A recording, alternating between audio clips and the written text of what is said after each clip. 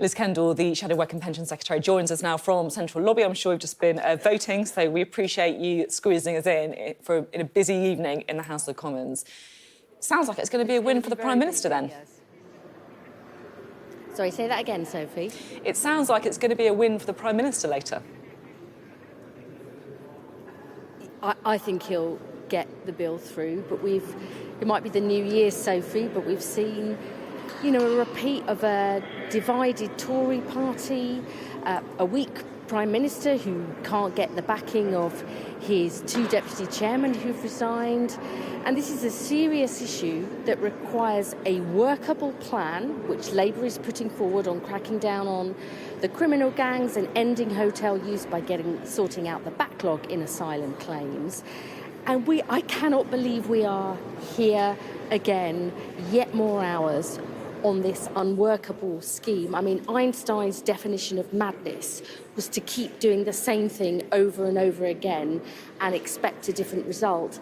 And that's what we're seeing. And I think the public thinks, they look here, they see rows and divisions with the Tory party more concerned about their own jobs and future than the jobs and future of the country. There are so many challenges we've got on immigration, but critically on the cost of living crisis, the economy and the state of our public services. And people desperately want change. And the challenge for us as a Labour Party is to show that we do have that change. We've changed our party and we have a plan to change the country. I think that's what my constituents and people in Wellingborough and across the country that I've been speaking to really want to see. I guess what the government would say to this is, look, at least we're trying to do something when it comes to the small boats crossings. At least we're trying to get some kind of deterrent. That would be the argument that Number 10 would make. What exactly is Labour trying to do? Well, our plan is to crack down on the criminal gangs who are driving this. That is easier said than done, if I may. That is easier said than done, to crack down on the criminal gangs. If it was that easy, every country in the world would be doing it. Well, why isn't the government doing what we're proposing, which is to treble the number of people working on an elite cross-border force? Why aren't they tracking down and following the money? Why aren't they disrupting the networks? These boats are made to measure. Why aren't they boosting the number of specialist staff who can get those backlogs down and end the fact that we're spending £8 million a day on hotels? I mean, we've seen convictions for people smugglers drop by a third, returns to other countries halved since Labour was in office.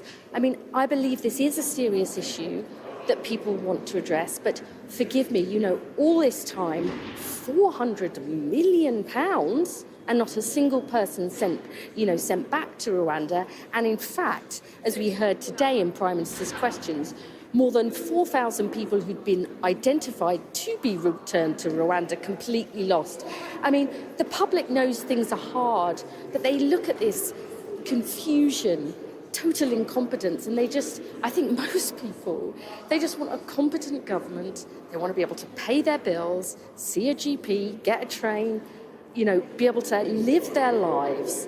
And they are not getting that from the Tory government. And I know that is hard to persuade people. We have an alternative plan, but that is what we're setting out to do this year. Show people that change is possible, because I think they've had the hope for change kicked out of them over recent years. What would you put the chances at for a flight to Rwanda with asylum seekers on it taking off before the next election? I mean, as somebody who studied history at university, my past experience would tell me not much of a chance. If you've seen what's happened so far, I cannot believe they've spent $400 million and not a single person sent back. They need a different approach. They need a different plan. But the problem here, I think, is that Rishi Sunak is weak. He's tried to get the right of his party on board. He has, though, hasn't he? It looks like they are going to vote for it, though. Yeah, but look at all of the chaos and division that's happened. I mean, listen, they'll probably back him on this bill because what they don't want is an election, because they fear they'll lose their seats. And I think the public sees that. They see people, positioning themselves for a future Tory leadership election, not focusing on what really matters to them. And our challenge is to show that politics does matter. It can make a difference. Change is possible. I know that that's going to be hard, but I believe that help with the cost of living, getting people to see their GP, backing our local schools and getting police back on the street, those day-to-day things will make a real difference to people in this country. So you say, I just want to that come is in, Labour's mission. You're saying you want to make change, right? You say you want to change the country, change from the Conservatives. I think some people might look at the offer from Labour, from the left, and say, is there that much change? Because, on immigration, for example, you agree that you want to get numbers down. You're not saying you want to take in more asylum seekers. You're also, the difference is basically it feels competence. OK, we're going to try and speed up the processing of the claims rather than the kind of vision, I guess. Do you think that's true? Is that much difference between you and the Conservatives? Let me take this head on. Lots of people saying you're not radical enough. I tell you what, it would be radical in today's Britain if you could pay your bills and have a little bit set aside to buy some treats for your family or go on holiday.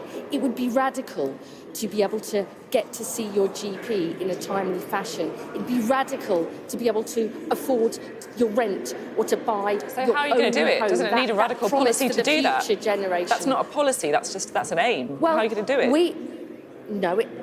I don't agree, Sophie. We have said we will scrap the non-dom tax status and use the funding for that to get the appointments people need to bring the waiting list down so people can get to see their GP. We have a plan for growth. I mean, businesses are crying out for stability and a plan, for example, on skills. Last week, I met the head of Sainsbury's, who told me that last year they'd had 14 million into the apprenticeship levy, but they could only spend OK, 1 million. I'm going to have to cut in. Apologies, because we are now getting the result of that vote on the Robert Jenrick amendment. To the left, 536.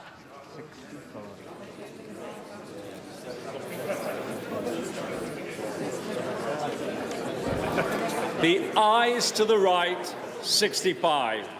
The noes to the left, 536. So the noes have it. The noes have it.